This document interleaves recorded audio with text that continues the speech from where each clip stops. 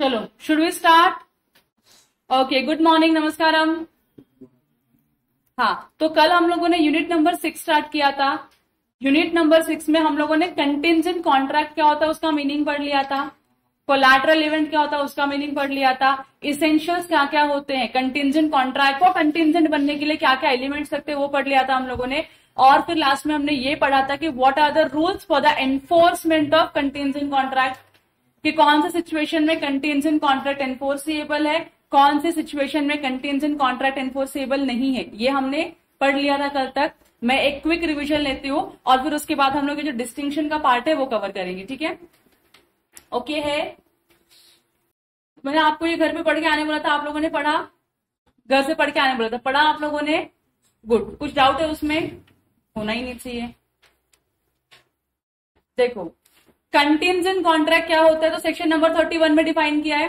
Section number 31 क्या बोलता है? अ contract to do or not to do something, कुछ करने के लिए या कुछ नहीं करने के लिए आपको आप कॉन्ट्रैक्ट करते हो। इफ सम इवेंट की बात करें, कोई तो इवेंट है जो इस कॉन्ट्रैक्ट के लिए क्या है, कोलैटरल है, मतलब इंपॉर्टेंट वैल्यू रखता है, एडिशनल है, सपोर्टिंग है, कि ये इवेंट होगा तो कॉन्ट्रैक्ट होगा, इवेंट नहीं हुआ तो कॉन्ट्रैक्ट नहीं होगा। तो ऐसा इवेंट जो क्या है, कोलैटरल है मेरे इस कॉन्ट्रैक्ट के लिए, अगर वो होता है या नहीं होता है उसके ऊपर मेरा कॉन्ट्रैक्ट परफॉर्मेबल है या परफॉर्मेबल नहीं है वो समझ में आता है। एनफोर्सेबल है या एनफोर्सेबल नहीं है वो पता चलता है। तो ऐसे कॉन्ट्रैक्ट को हम क्या बोलते हैं? कंटिंजेंट कॉन्ट्रैक्ट बोलते हैं। अब यहाँ पे एक एग्जांपल दिया हुआ है कि घर अगर जलेगा तो आपको पैसा मिलेगा। तो घर जलना इज अ इवेंट, कोलैटरल है क्योंकि पैसे कब मिलेंगे मुझको? जब मेरा घर जलेगा तब मुझको पैसे मिलेंगे। अब पैसे किसको मिलेगा? एक इंश्योरेंस कंपनी है, इंश्योरेंस कंपनी किसको पैसे देगी? जो पॉलिसी होल्डर है उसको देगी ना, जिसके नाम पे घर है उसको पैसे मिलेगा कि नहीं मिलेगा? लेकिन मेरा इवेंट क्या है, मुझे पैसे कब मिलेंगे? जब ये घर जलेगा। घर जलना सर्टेन है क्या सुप्रिया? डेफिनेट है, जलेगा ही जलेगा घर, पता है आपको? ऐसा है, आप ऐसा भी तो हो सकता है ना, आप 100 साल से इंश्योरेंस भरो लेकिन 100 साल में एक बार भी घर नहीं जला, तो वो अनसर्टेन है कि नहीं है? विच में हैपन, विच में नॉट हैपन। लेकिन यही इवेंट, ये कोलैटरल है, मेरे कॉन्ट्रैक्ट परफॉर्म कब होगी? जब घर में आग लग जाएगी, तब मेरा कॉन्ट्रैक्ट क्या हो जाएगा? एनफोर्सेबल हो जाएगा। जब तक घर में आग नहीं लगी है तब तक आपका कॉन्ट्रैक्ट एनफोर्सेबल है क्या? नहीं एनफोर्सेबल है। ये क्लियर है आप लोगों को? मैं आपको एक और एग्जांपल कुछ टाइम पहले समझा रही थी, एंड दैट वाज, अज्यूम करो कि आप लोग सीए बन चुके हो, ये सीए है और ये आपका नाम है। आप सीए नहीं बने, नहीं हो, सॉरी, आप लोग क्या हो? सीए फाइनलिस्ट हो, सीए फाइनलिस्ट हो आप लोग, ठीक है? आपका इंटर्नशिप एंड ऑल सब हो चुका है। अब आपके पास एक कंपनी अप्रोच करती है, एक कंपनी आती है आपके पास जो आपकी फैमिली को जानती है, आपको जानती है, और उनको ना एक फेथ एंड ट्रस्ट वाला बिजनेस पार्टनर चाहिए, या फिर उनको ऐसा पर्सन चाहिए जो उनको कंसल्ट कर सके। तो वो आपके पास और आते हैं और बोलते हैं कि बेटा तुम्हारा क्या स्टेटस है, मैंने सुना तुम एक जमाने में सीए कर रहे थे। तो आप बोलते हो हाँ अंकल सीए कर रहा था, फाइनलिस्ट हूँ, एक ग्रुप हो चुका है, एक ही ग्रुप बाकी है, वो भी श्योरिटी है, 80% श्योरिटी है कि मैं इस अटेम्प्ट में शायद पास हो जाऊंगा तो मैं सीए बन जाऊंगा, बराबर की नहीं? तो अंकल ने क्या बोला? ठीक है बेटा, हम यही सुनना चाहते थे तुझसे, जब तू सीए बन जाएगा ना तब तू हमारी कंपनी का क्या बन जा? ऑडिटर बन जा। समझ रहा है? तो मैं, एक कंपनी है जो है जिसका नाम क्या है, XYZ प्राइवेट लिमिटेड। तो एक XYZ प्राइवेट लिमिटेड के साथ एक पर्सन जो है वो क्या कर रहा है? कॉन्ट्रैक्ट कर रहा है। अब ये कॉन्ट्रैक्ट कुछ इस तरीके का है कि आज मैं सीए नहीं हूं, but there is a probability that I may become CA in this attempt और द नेक्स्ट अटेम्प्ट, लेकिन मैं सीए बनूंगी, इतना तो मेरे को समझ में आ रहा है, क्योंकि मैं गिव अप नहीं कर रही हूँ ना अभी तक, बराबर की नहीं? गिव अप कर दूंगी तो मैं कभी जिंदगी में नहीं बन पाऊंगी। मैं गिव अप नहीं कर रहा, आई एम होल्डिंग इट, कि नहीं मुझे तो बनना है CA, I will clear my CA exam. तो अंकल ने क्या बोला? ठीक है, जब आप सीए बन जाओगे तो आप हमारी कंपनी के ऑडिटर बन जाना। कब? जब आप सीए बनोगे। तो सीए बनना आपके लिए एक कोलैटरल इवेंट हो गया, एक कंडीशन हो गया कि अगर आप सीए बनते हो तो आप हमारी कंपनी का ऑडिट कर पाओगे, और अगर आप सीए नहीं बने तो ऑडिट नहीं कर पाओगे। तो अंकल आज आपके साथ कॉन्ट्रैक्ट करके जा रहे कि XYZ लिमिटेड के आप क्या बनोगे? ऑडिटर बनोगे। कब बनोगे? फ्यूचर में बनोगे। वो भी कौन से फ्यूचर में? जिस मोमेंट पे आप सीए बन जाओगे। जब आप सीए बन जाओगे तो हम आपको क्या करेंगे? अपनी कंपनी का ऑडिटर बना देंगे। So there is a certainty कि आप ऑडिटर बन भी सकते हो, देयर इज अ सर्टेनिटी कि आप ऑडिटर नहीं बन सकते हो। बराबर की नहीं। तो अनसर्टन इवेंट है, क्योंकि मेरे हाथ में रिजल्ट डिक्लेयर करना नहीं है। मैं नहीं लिख सकती कि आज से मैं सीए बन गई, ये तेरा पासिंग सर्टिफिकेट, ये तेरा सीओपी और सीओएम। मैं नहीं कर सकती हूँ। ये करने के लिए एक अथॉरिटी, एक इंस्टीट्यूट है, उनको जब लगेगा तब वो मुझको पास करेंगे। और जब मैं पास हो जाऊंगी, जब मेरे पास सीओपी आ जाएगा, सीओएम आ जाएगा, तब जाके मैं क्या करूंगी, आपका ऑडिट कर पाऊंगी आपकी कंपनी में। समझ में आ रहा है? तो यहाँ पे एक क्या हो गया है, एक इवेंट अराइज हो रहा है कि अगर ये इवेंट हुआ तो आप क्या बनोगे, ऑडिटर बनोगे। अगर ये इवेंट नहीं हुआ तो आप ऑडिटर नहीं बन पाओगे इस कंपनी के। समझ में आ रहा है? तो अगर मैं ऑडिटर बन जाती हूँ, अगर मैं सीए बन जाती हूँ, तो मैं क्या बन जाऊंगी, इस कंपनी की ऑडिटर बन जाऊंगी। और ये जो मेरा कॉन्ट्रैक्ट है वो क्या हो जाएगा, एनफोर्सेबल हो जाएगा। अगर मैं ऑडिटर नहीं बनी तो 10 साल हो गए मैं सीए की एग्जाम ही दे रही हूँ, एक ही ग्रुप बचा लेकिन 10 साल से दे रही हूँ। तो अंकल भी तो 10 साल तक तो तुमको मतलब ऐसे अपनी कंपनी को वेट करते हुए तो नहीं रख सकते।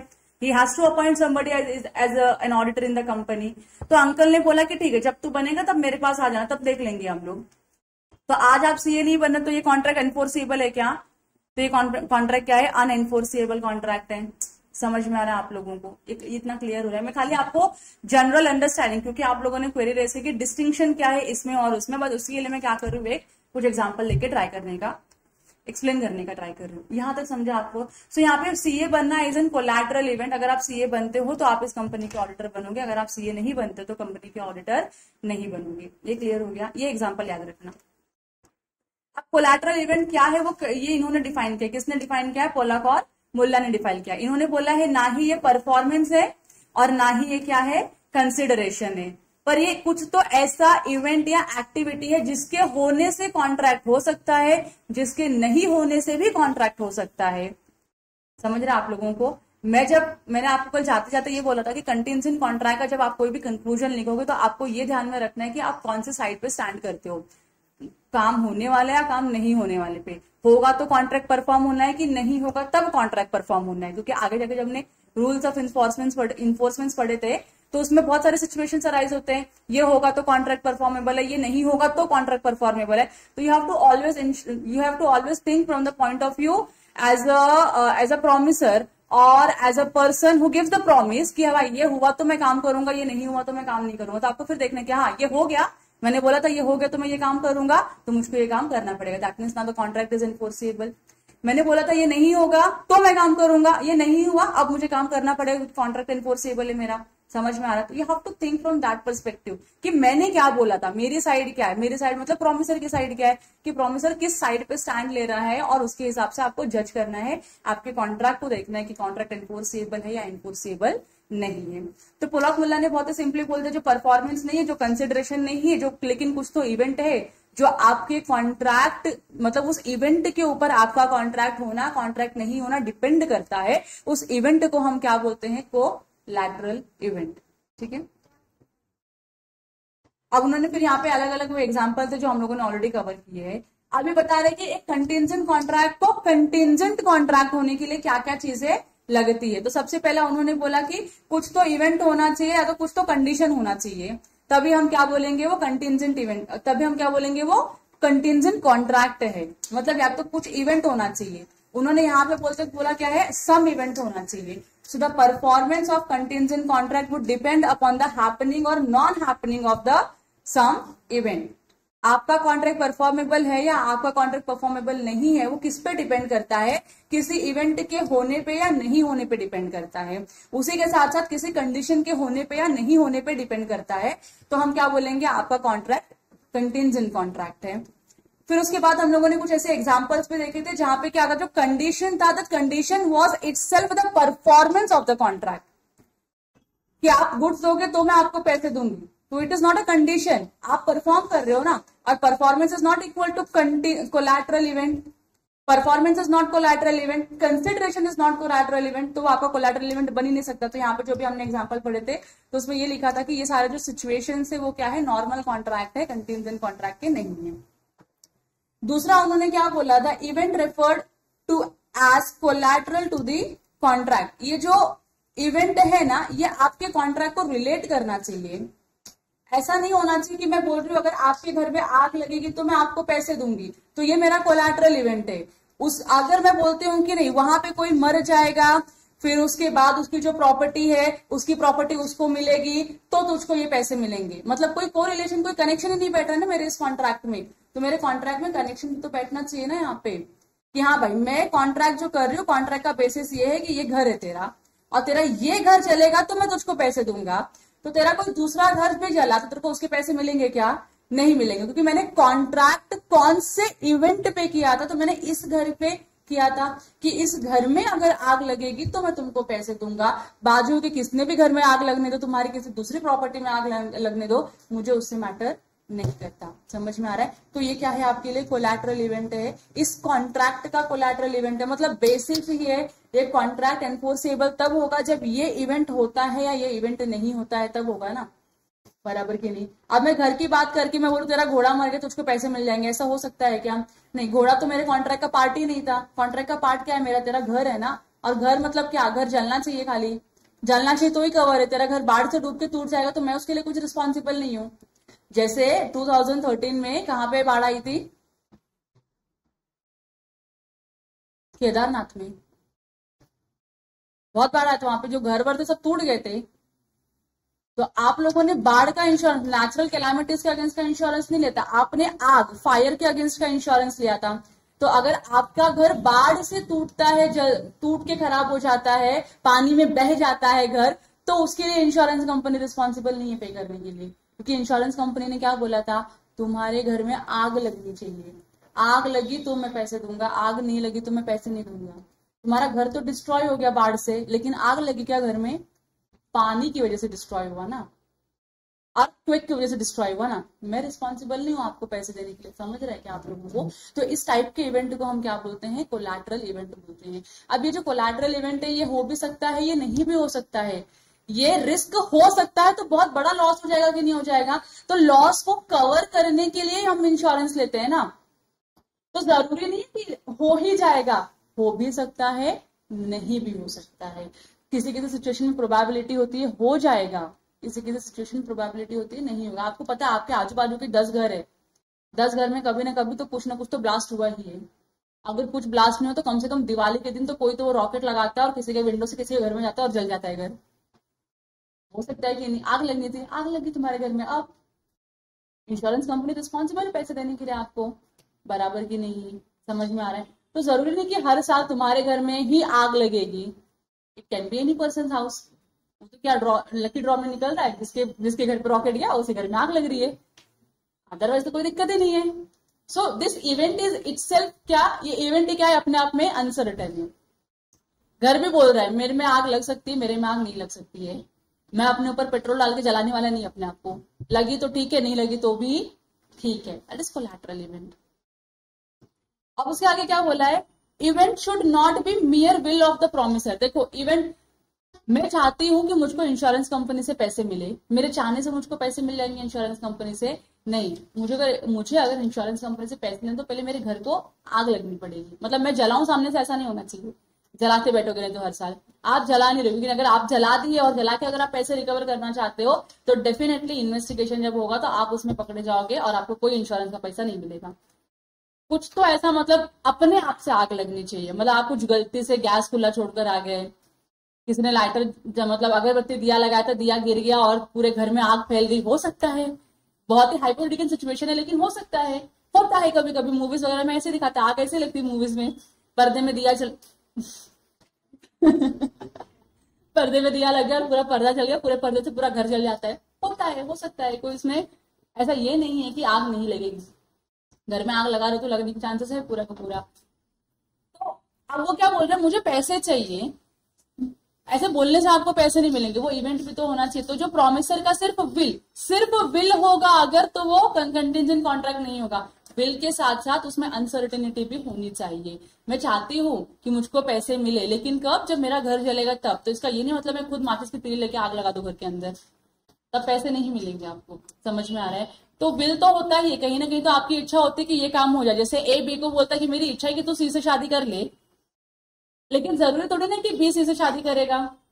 बी शायद किसी और से प्यार करता है, वो ई से प्यार करता है, तो वो बी ई से शादी करना चाहता है कि वो लोग बी ई बन जाए या बी बन जाए, वो चाहता है। तो तुम्हारी इच्छा तो है, कि तुम बी सी से शादी करे, लेकिन उस पर मेरा कंटीजेंट कॉन्ट्रैक्ट हो जाता है राइज? नहीं, मेरी इच्छा है, लेकिन अगर बी की इच्छा नहीं है तो शादी नहीं करेगा ना, तो कंटीजेंट कॉन्ट्रैक्ट बनेगा क्या? नहीं बनेगा। It should not be मियर will of the promise. उसके साथ साथ अनसर्टेनिटी भी, शायद शादी कर ले, शायद शादी ना करे। अगर कर लिया तो हाँ मुझको पैसे देने पड़ेंगे कि मैंने प्रॉमिस किया था शादी करेगा तो पैसे दूंगा, शादी नहीं किया तो किसी और लड़के से शादी कर, तेरे को मैं पैसे नहीं दूंगा बिल्कुल भी। हो सकता है कि नहीं हो सकता। तो आपका सिर्फ विल नहीं है, मियर विल नहीं है, कुछ अनसर्टन इवेंट पे। इसके लिए इसको कनेक्ट करने के लिए उन्होंने क्या लिखा है, इवेंट हमेशा क्या होना चाहिए, अनसर्टन होना चाहिए। ये इवेंट अकर हो भी सकता है, ये इवेंट अकर नहीं भी हो सकता है, ठीक है। So where the event is certain or bound to happen, the contract is due to be performed, but it is not a contingent contract। जो आपको पता है, श्योर पता है कि ये होना ही है। अगर ए को ये पता है कि बी सी से शादी करेगा ही करेगा, फिक्स है, क्योंकि इन दोनों का अफेयर चालू है, रिलेशनशिप में दोनों, तो इसको मैं कंटीजेंट कॉन्ट्रैक्ट बोलूंगी क्या?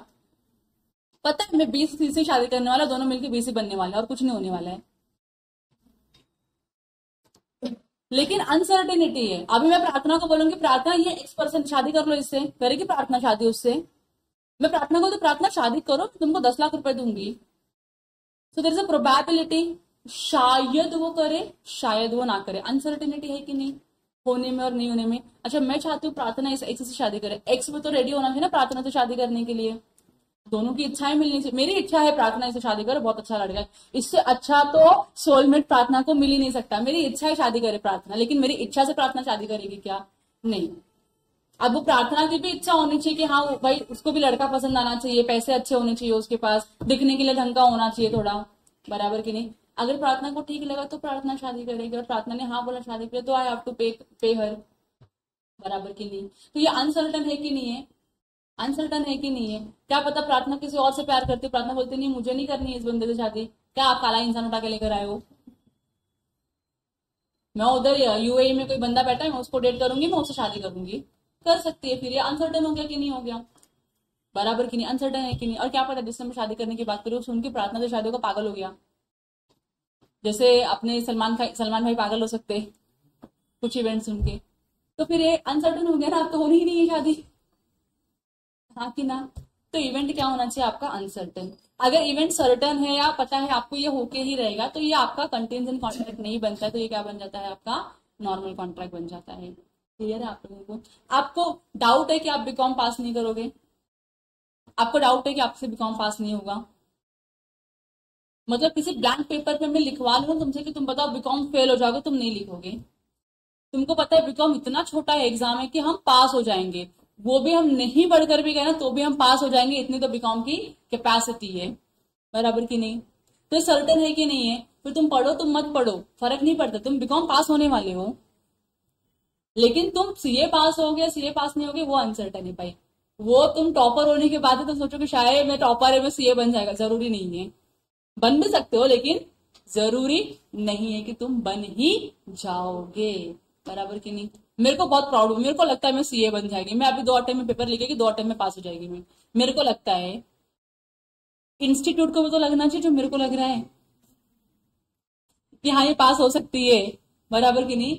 और मैं ऐसे पिछले 5 साल से सोच रही हूँ कि मैं सीए बन जाऊंगी, सोच रही हूँ खाली सीए बन जाऊंगी, उसकी प्रिपरेशन मैंने अभी तक शुरू नहीं की है। डू यू थिंक मैं सीए बन जाऊंगी? इस लेवल के टाइम पास से हो जाएगा? नहीं होगा ना। CA course needs time, it demands time, बराबर की नहीं। नहीं दे रही हूं मैं तो कैसा बनेगी मैं सीए? नहीं बन पाऊंगी ना। लेकिन आपको लगता है नहीं, कभी तो बन जाएंगे। हाँ जब बनोगे तब देख लेंगे, आज नहीं होना, अभी नहीं होना, बस खत्म।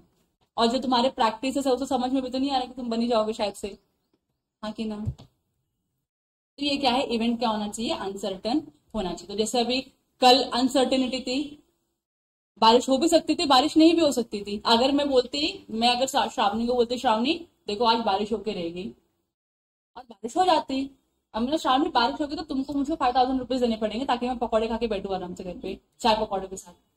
हाँ 5000 मेरे घर में 12 लोग रहते मैंने ऐसा सोचा और मैंने कॉन्ट्रैक्ट किया इसके साथ और बारिश हो गई। मेरी इच्छा थी बारिश होनी चाहिए लेकिन और बारिश हो भी गई, मेरी इच्छा भगवान ने मान ली तथास्तु बोल दिया मेरे को, तथास्तु आज बारिश होगा, और होगी बारिश, मैं जीत गई ना 5,000 रुपए, बराबर की नहीं? समझ रहे हैं आप लोगों को? अभी आगे देखो, रूल्स फॉर इन्फोर्समेंट आपको पता है, रूल्स फॉर इन्फोर्समेंट पता चल गया आप लोगों को। सेक्शन 32 से लेके सेक्शन 36 में लिखा हुआ था आपका कॉन्ट्रैक्ट एनफोर्स कब होगा, जब कोई इवेंट क्या होता है, हो जाएगा, बराबर। आपने बोला इवेंट होगा, इवेंट हो गया, कॉन्ट्रैक्ट एनफोर्सेबल है कि नहीं है? आपने बोला इवेंट नहीं होगा और इवेंट नहीं हुआ, कॉन्ट्रैक्ट एनफोर्सेबल है कि नहीं है? एनफोर्सेबल है।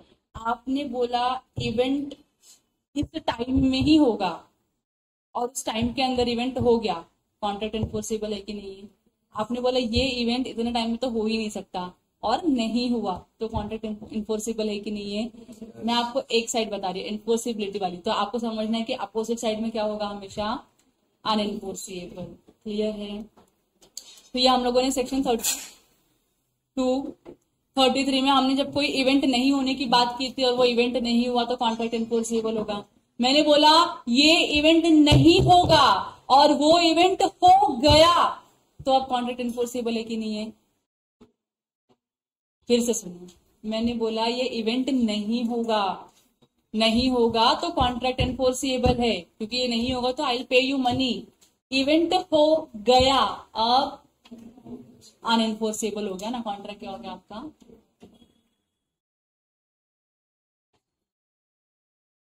फिर नेचुरल पर्सन के या लिविंग पर्सन के कंडक्ट के ऊपर भी तो आपका डिपेंड हो सकता है ना। इवेंट कंटिजेंट जो हमने शादी वाली एग्जांपल पढ़ी थी, ए बी को बोलता है कि तू सी से शादी कर ले, तो मैं तेरे को क्या दूंगा, पैसे दूंगा, और सी क्या हो जाती है, डी से शादी कर लेती है। अब सी ने डी से शादी कर लिया, अब पॉसिबल है क्या बी का सी से शादी करना? नहीं। तो अब क्या ए लाइबल है क्या बी को पैसे देने के लिए? नहीं। क्या कॉन्ट्रैक्ट एनफोर्सेबल है? नहीं। कॉन्ट्रैक्ट क्या हो चुका है, वॉइड हो चुका है। लेकिन जैसे सी ने क्या किया, डी से डाइवोर्स ले लिया, तो क्या अब कॉन्ट्रैक्ट एनफोर्सेबल हो सकता है? अगर बी ने सी से शादी कर लिया तो क्या अब ए की लाइबिलिटी है बी को पैसे देने के लिए? ये केस पढ़ा आप लोगों ने, फ्रॉस्ट वर्सेस नाइट का पढ़ा? ये केस पढ़ा आप लोगों ने? कितने लोगों ने नहीं पढ़ा है, हाथ ऊपर करो, ईमानदारी से हाथ ऊपर करो। Honesty is the best policy. बहुत बढ़िया। शिव तांडव कर रहे थे कहीं पर, क्यों नहीं पढ़ा? भूल गया, भूल गया, भूल गया, भूल गया। प्रार्थना भूल गए, और अनुराधा भूल गए। तुम लोग है ना, एक काम करो, 5 किलो बादाम लो, रोज रात को भिगाओ और सुबह उठ के छील के खाना, छील के, बिना छीले मत खाना, छील के खाना। शायद तुम्हारा बुद्धि बढ़ जाएगा, तुम्हारा दिमाग जो है तेज हो जाएगा, तुमको चीजें याद रहने लगेंगी। अगर बादाम फेल हो जाता है ना तुम्हारे ऊपर, तो अखरोट ट्राई करो। अखरोट, अखरोट पता है ना, वॉलनट, वॉलनट लो, थोड़ा कड़वा होता है लेकिन अच्छा होता है, दिमाग जैसा दिखता है, दिमाग बढ़ाता है वॉलनट। ठीक है, खाओ खाओ, कुछ तो खाओ। तुम अभी भूल जा रहे हो, 2 महीने ही हो तुम्हारे एग्जाम में। कैसा है को मेरे कॉन्सेप्ट सारा का सारा तुम लोग? तो ठीक है, तो एक्सेप्शन में आता है। ये जो भैया लोग हैं तेरे, इनका क्या? अब भी पढ़ो इसको, अब भी पढ़ो नाउ, जल्दी रीड करो। तुम्हारे पास सिर्फ और सिर्फ 3 मिनट का टाइम है, जल्दी रीड करो। इधर से सीबीक्यू आता है, हाँ बाद में बोलने का नहीं, हमको पढ़ाया नहीं था। सीबीक्यू इधर से आता है। सीबीक्यू का फुल फॉर्म क्या है? हाँ गुड, चलो पढ़ के हो गया, पढ़ के हो गया। डाउट है? केस समझा क्या है? कौन एक्सप्लेन करेगा? ठीक है, अभी क्लियर है ना आप लोगों को? ऐसा केस बेस्ड क्वेश्चन आएगा तो लिख पाएगा आंसर तुम लोग? गुड। अब उसके बाद हम लोगों ने ये पढ़ा था कि कोई स्पेसिफाइड इवेंट है जो किसी फिक्स टाइम में ही होगा, उस फिक्स टाइम में इवेंट हो गया तो कॉन्ट्रैक्ट एनफोर्सेबल है। उस फिक्स्ड टाइम के पीरियड में कुछ ऐसा हो गया जिससे ये समझ में आता है कि अब ये कॉन्ट्रैक्ट एनफोर्स हो ही नहीं सकता। क्यों? क्योंकि जो इवेंट था वो इम्पॉसिबल हो गया होना, तो कॉन्ट्रैक्ट क्या हो जाएगा आपका? वॉइड हो जाएगा। ठीक है, और सेम सेक्शन 35 में दूसरा भी यही लिखा था कि आपने बोला नहीं होगा इस टाइम में, और उस टाइम में अगर नहीं हुआ तो कॉन्ट्रैक्ट क्या होगा? एनफोर्सेबल होगा। लेकिन अगर उस टाइम पीरियड में हो गया तो कॉन्ट्रैक्ट एनफोर्सेबल नहीं होगा। यहां तक क्लियर था आप लोगों को?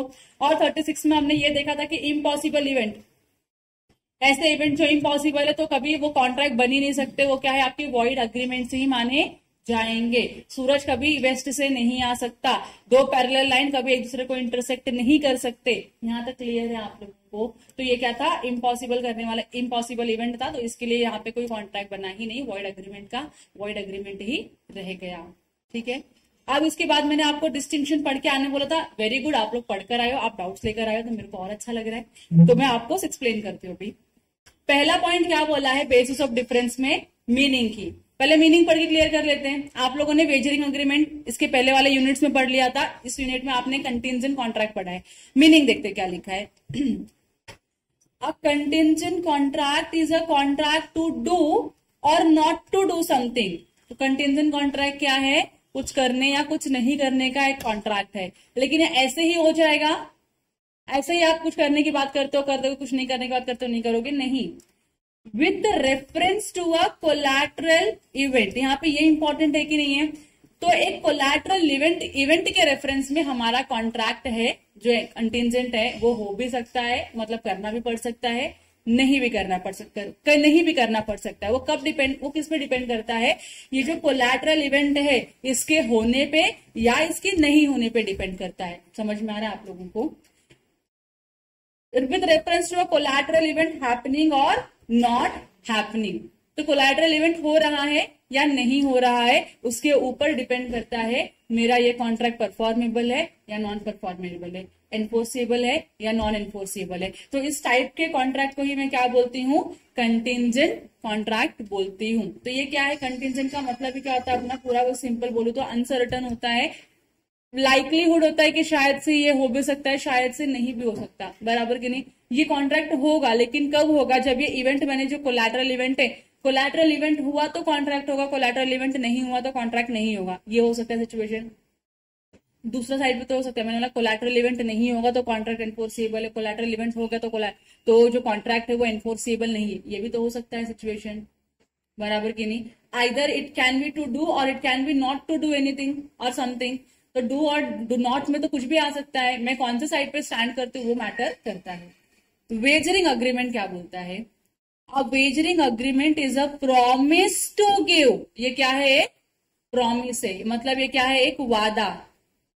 टू गिव मनी और मनी इज वर्थ, या तो हम आपको पैसा देंगे या पैसे जितना कुछ तो देंगे, with reference to an uncertain event. यहां पे भी क्या है, रेफरेंस किसको दिया है, अनसर्टन इवेंट को ही दिया है, जो होगा या नहीं होगा। अगर ये अनसर्टन इवेंट हुआ तो मैं आपको पैसे दूंगा, अनसर्टन इवेंट नहीं हुआ तो मैं पैसे नहीं दूंगा। तो अगर इंडिया मैच जीतेगी तो पाकिस्तान वाले इंडिया को पैसे देंगे, और अगर इंडिया मैच हारती है तो इंडिया वाले पाकिस्तान को पैसे देंगे, बराबर की नहीं। ये वेजरिंग अग्रीमेंट हो गया।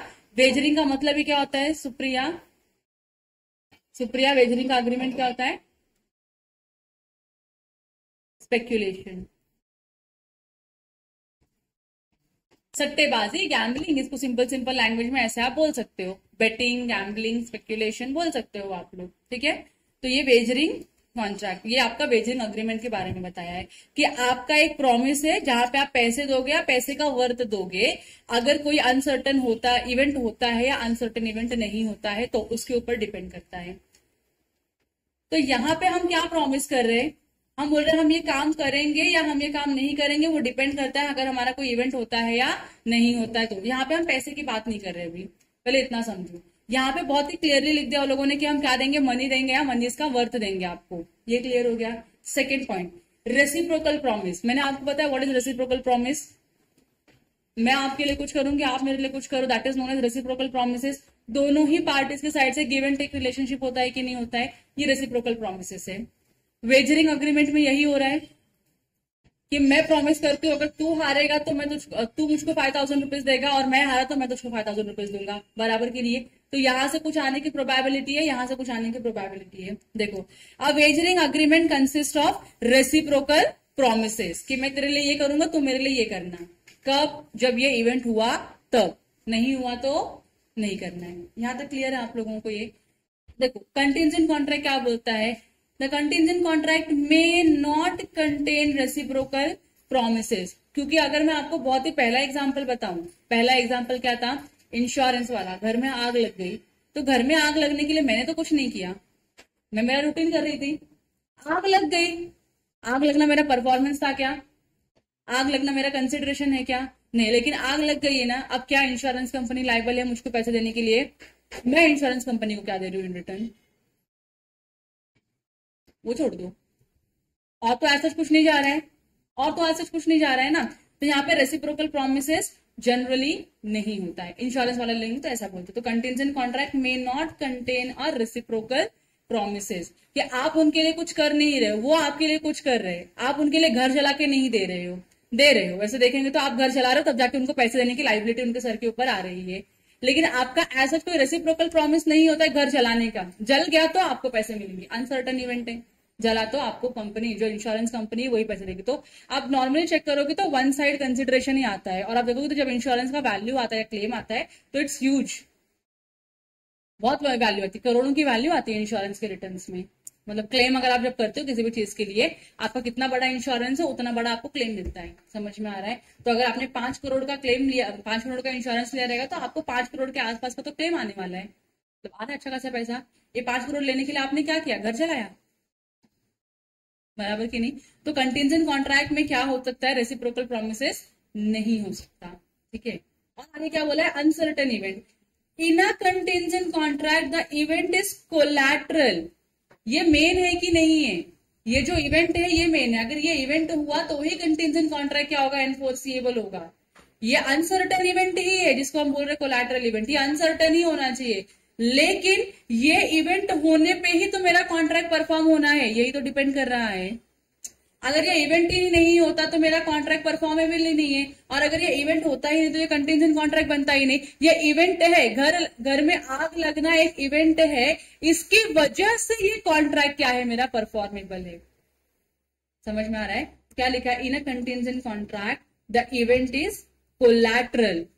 समझ में आ रहा है आप लोगों को? कोलैटरल का मतलब मैंने आपको बताया था एडिशनल, या आप बता दो सपोर्टिंग या सप्लीमेंट्री, जो भी आपको मानना है। तो ये इवेंट के होने पे अब जो दूसरा, इस इवेंट के बेसिस पे जो हमने कॉन्ट्रैक्ट बनाया है वो परफॉर्मेबल होगा। ये इवेंट नहीं होगा तो ये जो इसके बेसिस पे जो कॉन्ट्रैक्ट बना है परफॉर्मेबल नहीं होगा। तो मैंने 1 ईयर का फायर इंश्योरेंस लिया है, और इस 1 साल में आग नहीं लगी है घर में, तो इस साल में आग नहीं लगी है, तो ये मेरा जो कोलैटरल इवेंट जिसके ऊपर कॉन्ट्रैक्ट परफॉर्म होना था, कोलैटरल इवेंट हुआ ही नहीं है मेरा। तो कोलैटरल इवेंट हुआ ही नहीं है, तो इस सिचुएशन में ये कॉन्ट्रैक्ट एनफोर्सिएबल होता है क्या? तो answer is no, contract enforceable नहीं होगा। लेकिन सेकेंड ईयर में मैंने इंश्योरेंस लिया और मैंने बोला आग लग जाएगी तो आपको पैसे देने पड़ेंगे, और आग लग गई है सेकेंड ईयर में। अब सेकेंड ईयर में आग लग गई तो क्या अब ये कॉन्ट्रैक्ट एनफोर्सिएबल है? ये सभी कॉन्ट्रैक्ट एनफोर्सिएबल है। So in a contingent contract the event is collateral. और यहाँ पे वेजरिंग में क्या बोल रहे हैं? In a wagering contract uncertain event is the core factor. Main factor तो यही है कि अनसर्टन है।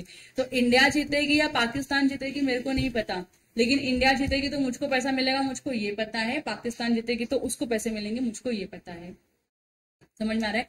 इसमें एडिशनल और कोई चीजें है ही नहीं, सिंपल है। इंडिया जीती तो तुझे पैसे देने पड़ेंगे, इंडिया हारे तो तुझको पैसे मिलेंगे। जो भी आप सिचुएशन है आपका वही है, और कुछ एडिशंस में नहीं है। तो ये कोर फैक्टर है, और ये क्या है? कोलैटरल फैक्टर है, एडिशनल फैक्टर है। नेचर ऑफ कॉन्ट्रैक्ट में क्या बोल रहे हैं कि कंटिजेंट कॉन्ट्रैक्ट में not be wagering in nature, क्योंकि कंटिजेंट में आप सट्टेबाजी नहीं करते हो, आप अपने रिस्क को कवर करते हो बस। लेकिन वेजरिंग अग्रीमेंट में क्या होता है? यह हमेशा क्या होता है? कंटिजेंट ही इन नेचर होता है। तो मतलब आप मुझे बताओ, वेजरिंग का स्कोप बड़ा है या वाइडर है, या कंटिजेंट का स्कोप वाइडर है? किसका है? वेजरिंग का, क्योंकि wagering agreement is essentially contingent in nature. वो कंटिजेंट ही होता है, क्योंकि वहां पे तो अनसर्टेनिटी है ना, हो भी सकता है नहीं भी हो सकता। लेकिन यहाँ पे क्या बोला है? कंटिजेंट कॉन्ट्रैक्ट में not be wagering in nature, क्योंकि अगर आपने इसको वेजर बता दिया, आपने इसको वेजरिंग अग्रीमेंट बता दिया, तो ये क्या हो जाएगा? आपका इलीगल हो जाएगा, अनएनफोर्सेबल हो जाएगा, बराबर की नहीं। लेकिन कंटिजेंट कॉन्ट्रैक्ट आपका अनएनफोर्सेबल नहीं होता है। जैसे अब हम लोगों ने कॉन्ट्रैक्ट के टाइम पे पढ़ा था, कॉन्ट्रैक्ट के टाइम पे क्या पढ़ा था? All contracts are agreement but all agreements are not contract, बराबर की नहीं। तो वैसे ही आप क्या बोल सकते हो कि all wagering agreements are contingent in nature but all contingent contracts are not wagering agreement, बराबर की नहीं। लिख लो ये लाइन, बहुत अच्छा लाइन आया है। कहाँ लिखोगे? यहाँ नीचे लिखना, ये आपके लिए एडिशनल है। All wagering agreements are contingent in nature, but all contingent contracts are not wagering agreement in agreement. मेरी हैंड राइटिंग जिसको नहीं समझ में आती है, I am so sorry for that, लेकिन अगर आपको स्पेलिंग नहीं समझ में आ रही तो मैं आपको बता सकती हूँ। लिखा, सब लोगों का लिख के हो गया।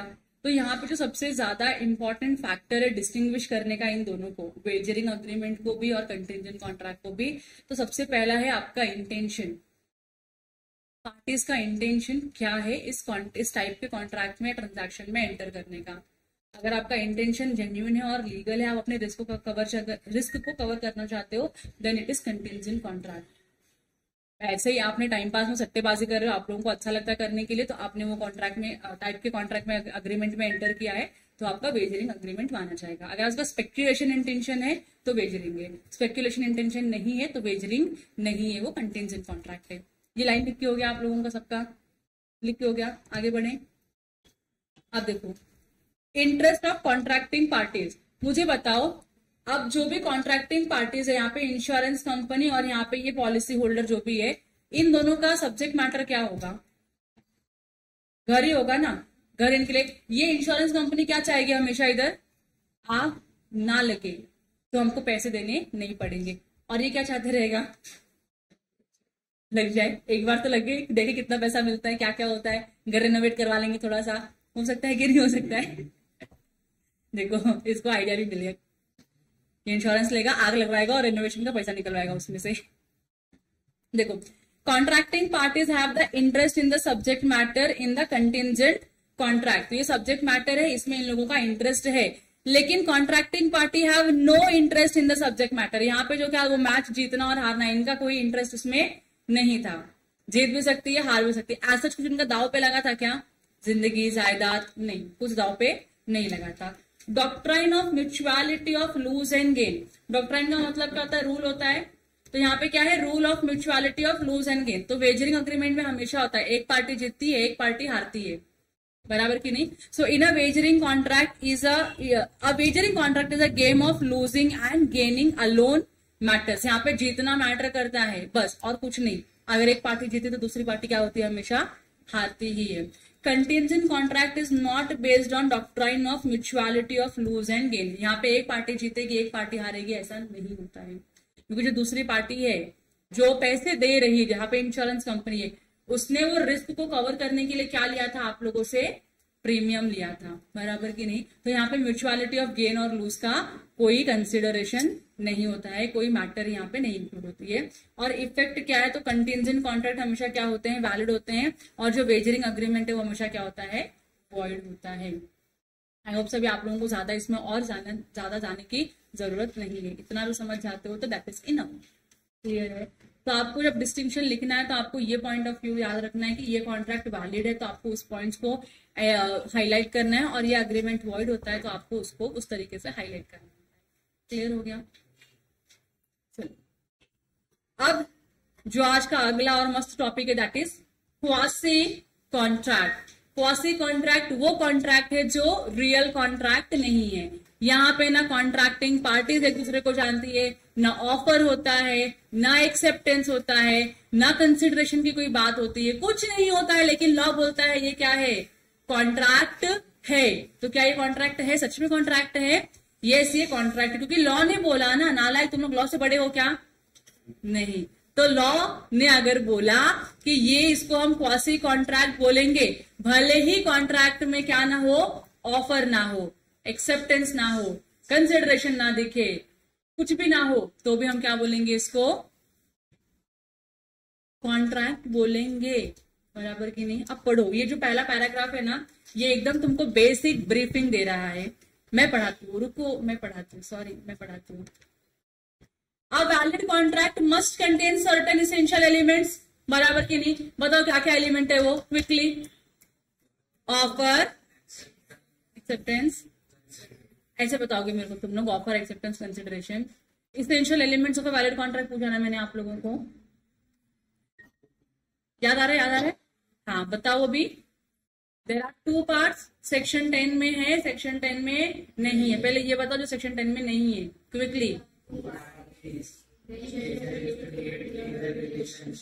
Fulfilment of legal formalities, certainty of meaning and possibility of performance, बराबर की नहीं? ये 5 चीजें थी वहां पे। शिव कुमार याद आ रहा है? यस, यहाँ पे बता दो सेक्शन नंबर 10 में दिए गए हैं। Agreement, free consent, competencies of the parties, lawful consideration, legal object and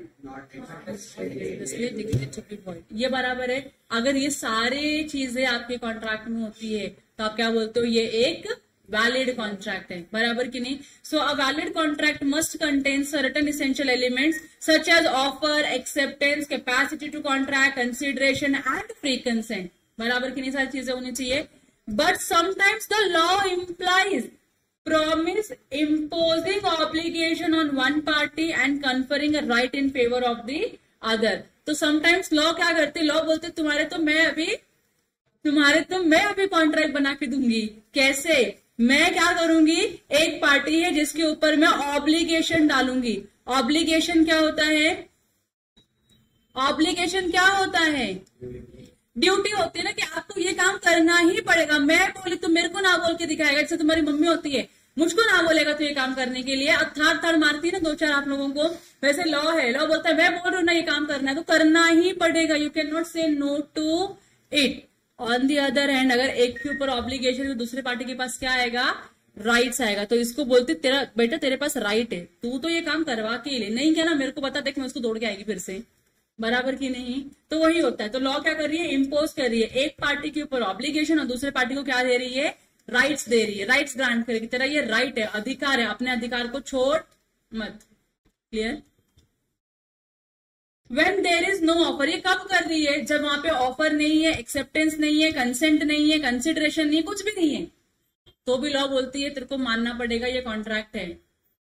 नहीं दिख रहा है कॉन्ट्रैक्ट है? नहीं तो तुम ना बोलो, फिर तुमको 2 थप्पड़ लगेंगे यहाँ से, फिर तुमको दिखना चलेगा हाँ ये कॉन्ट्रैक्ट है। समझ रहे? पुलिस लोग बोलते हाँ, बोलते ना बता तूने काम किया क्या? नहीं मैंने नहीं किया। बता किया क्या? नहीं। लास्ट बार पूछ रहे बता किया क्या? नहीं मैंने नहीं किया। फिर 2 यहाँ से पढ़ते 2 यहाँ से पढ़ते, तो फिर हाँ मैंने किया, मैं जानता है इसको, तो होता है कि नहीं होता है? वैसे यहाँ पे लॉ, यहाँ पे क्वासी कॉन्ट्रैक्ट का भी ऐसा ही है। लॉ बोलता है बोले कॉन्ट्रैक्ट है कि नहीं है, तो तुमको हाँ ही बोलना है, ना बोलने का चांस है क्या? नहीं है। तुम बोलोगे लेकिन सर वो लॉ में पढ़ा था हम लोगों ने, वो ऑफर होता है, अरे वो एक्सेप्टेंस आता है, वो कैपेसिटी देखते हैं पार्टीज की कॉम्पिटेंट है कि नहीं है, कंसिडरेशन भी तो होता है, यहाँ पे तो कुछ भी नहीं है। लॉ बोलता है तू बड़ा कि मैं, बस मैं ना, हाँ तो मैं बोला ना तो है मतलब है। देखो दिख नहीं रहा है क्या? दिखाने के लिए फिर क्या करेंगे वो लोग? अपना हथियार यूज करेंगे और तुमको दिख जाएगा फिर। तो वैसा ही है, when there is no offer, no acceptance, no genuine consent, no lawful consideration etc. in fact neither agreement nor promise, ना ही अग्रीमेंट है ना ही प्रॉमिस है, लेकिन लॉ बोलता है ये कॉन्ट्रैक्ट तो है। कुछ भी नहीं है लेकिन मैं बोलेगा ये कॉन्ट्रैक्ट है, तो तू भी बोलने का कॉन्ट्रैक्ट है। So such cases are not contract in strict sense, क्योंकि जब आप अपना लॉजिक अप्लाई करोगे, रूल अप्लाई करोगे, सेक्शन अप्लाई करोगे, तो ये कॉन्ट्रैक्ट नहीं है। तो स्ट्रिक्ट सेंस में ये क्या नहीं है? कॉन्ट्रैक्ट नहीं है। But the court recognises them as a relations resembling those of contract. Court बोलता है हम बताएंगे ये दो जो पार्टी के बीच में रिलेशन स्टैब्लिश हो रहा है, जैसे मेरा वॉलेट खो गया तो जिसको भी मेरा वॉलेट मिला है, तो इन दोनों पार्टी के बीच में एक रिलेशन स्टैब्लिश हो रहा है। रिलेशन ये है कि जिसको वो वॉलेट मिला है उसको रिटर्न लाके देना पड़ेगा। तो आपका रिलेशन कुछ इस तरीके का है, जो एक पार्टी के ऊपर ऑब्लिगेशन डालती है, दूसरे पार्टी के ऊपर क्या करती है? राइट्स देती है, and enforces them as if they were contract. और लॉ और कोर्ट उसको इस तरीके से एनफोर्स करती है जैसे कि वो कॉन्ट्रैक्ट को, नॉर्मल कॉन्ट्रैक्ट को एनफोर्स करती है। समझ में आ गया? रिजेंबल्स करना मतलब साउंड करना, ऐसा सेम सेम जैसा लगना, यहाँ सेम सेम ही है ये, उसके जैसा सिमिलर बोलते हैं हम लोग इसको। सिमिलर टू कॉन्ट्रैक्ट होता है क्वासी कॉन्ट्रैक्ट। यहाँ तक क्लियर है आप लोगों को? Hence the term quasi contract, that is resembling a contract, यह अराइज होता है यहाँ पे। Even in the absence of contract, certain social relationship gives rise to certain specific obligation. Social relation है ना पार्टीज के बीच में, जिसको मेरा वॉलेट मिला उसके ऊपर ऑब्लिगेशन है कि जिसका वॉलेट है उसको रिटर्न कर। तो इनके बीच में एक सोशल रिलेशन अराइज हुआ जहां पे एक पार्टी के ऊपर स्पेसिफिक ऑब्लिगेशन आता है कि वो भैया तुम अपना क्या करो, वो ऑब्लिगेशन परफॉर्म करो, जिसको वॉलेट मिला है उसको ऑब्लिगेशन परफॉर्म करना पड़ेगा। And these are known as quasi contract as they create same obligation as in the case of regular contract. जैसे रेगुलर कॉन्ट्रैक्ट में एक रिलेशन क्रिएट होता है कॉन्ट्रैक्टिंग पार्टीज के बीच में, आप दोनों के बीच में भी कुछ उस तरीके का रिलेशन क्रिएट हुआ है जो कॉन्ट्रैक्ट जैसा ही है, इसके लिए इसको हम क्या बोलेंगे? क्वासी कॉन्ट्रैक्ट बोलेंगे। क्लियर है? अब ये कौन से किसके बेसिस पे बनाया है? कोई तो बेस होना चाहिए कि आप ऐसा क्यों बोल रहे हो?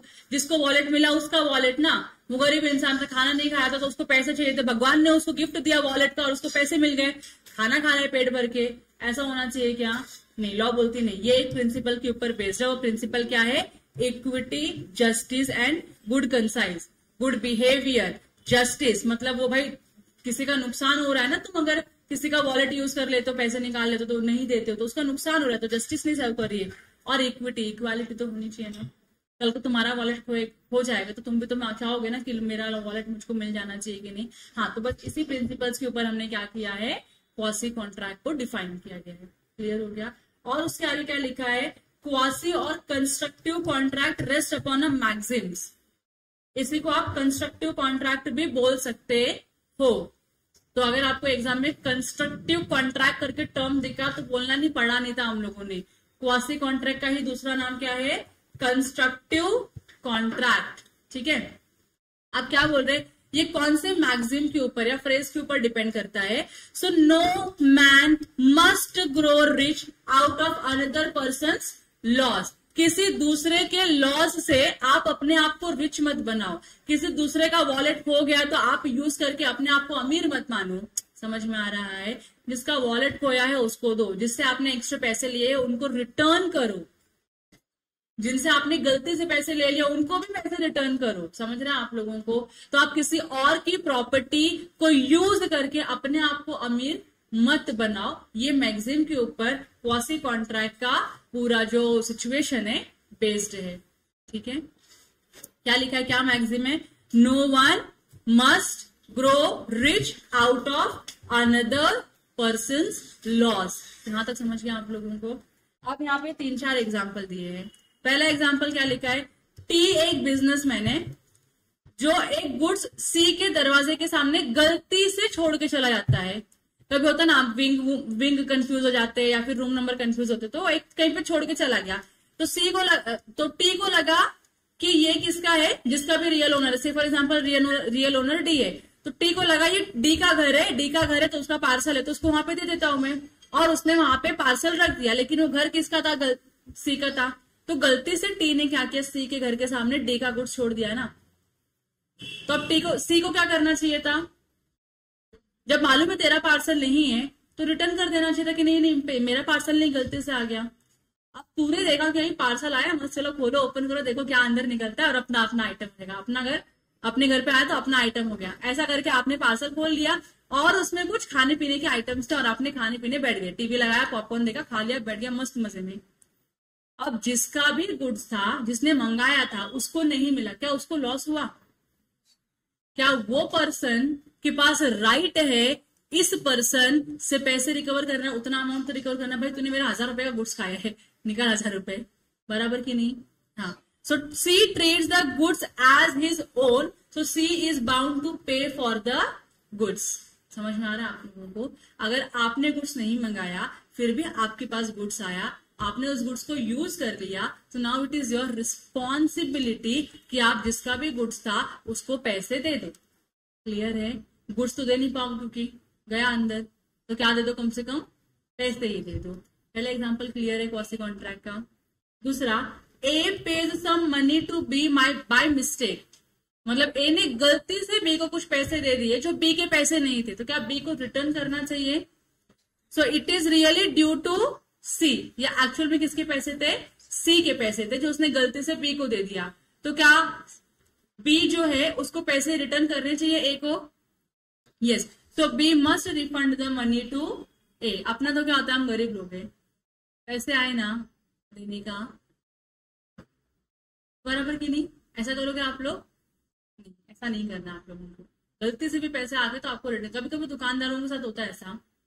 जैसे अभी हम लोग कल शाम को स्नैक्स खाने के लिए गए थे नीचे, वहां पे अपना शिवारबा है ना वहां पे, तो कुछ भी हम लोगों ने आइटम खाया, चाय वाय पिया, उसका वैल्यू कितना आया? 85 रुपीज आया।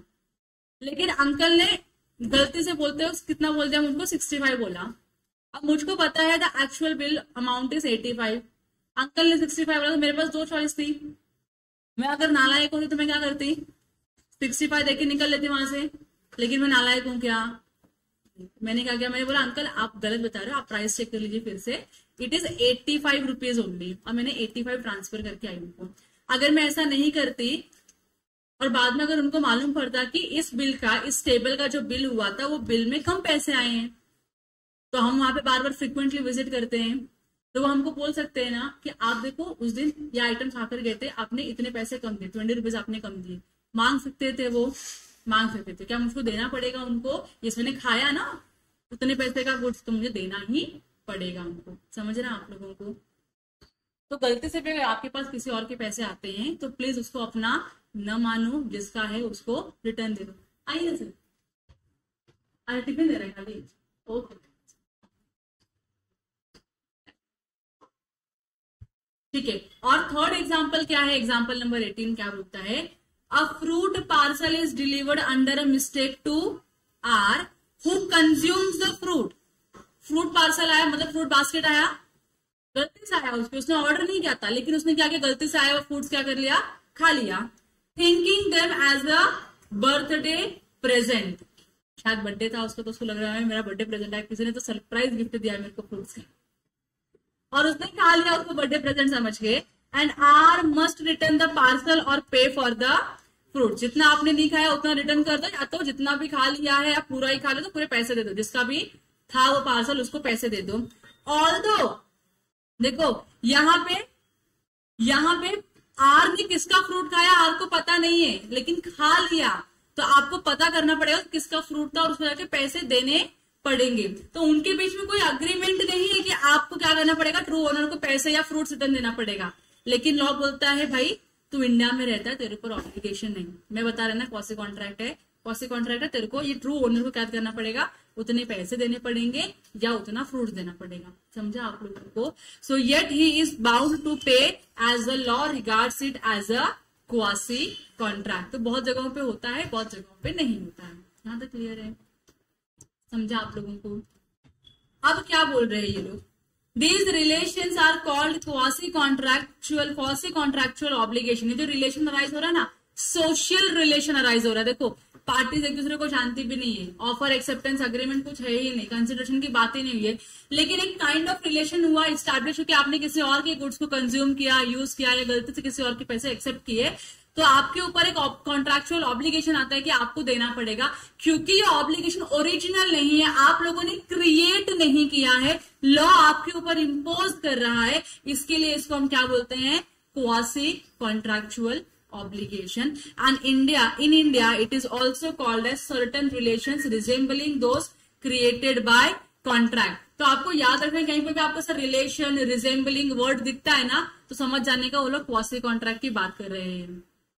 तो आपको इंस्टीट्यूट ऐसे भी पूछ सकती है कंफ्यूज करने के लिए, explain certain relations resembling as a contract.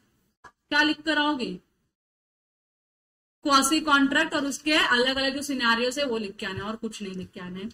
It is also known as certain relations resembling those created by contract. तो यहाँ पे आपको क्या लिख के आना पड़ेगा, व्हाट इज क्वासी कॉन्ट्रैक्ट, और जो भी आप आगे कुछ टाइप्स ऑफ कॉन्ट्रैक्ट पढ़ोगे डिपेंडिंग अपॉन द मार्क्स, आपको वो मेंशन करके आना है। क्लियर हो गया?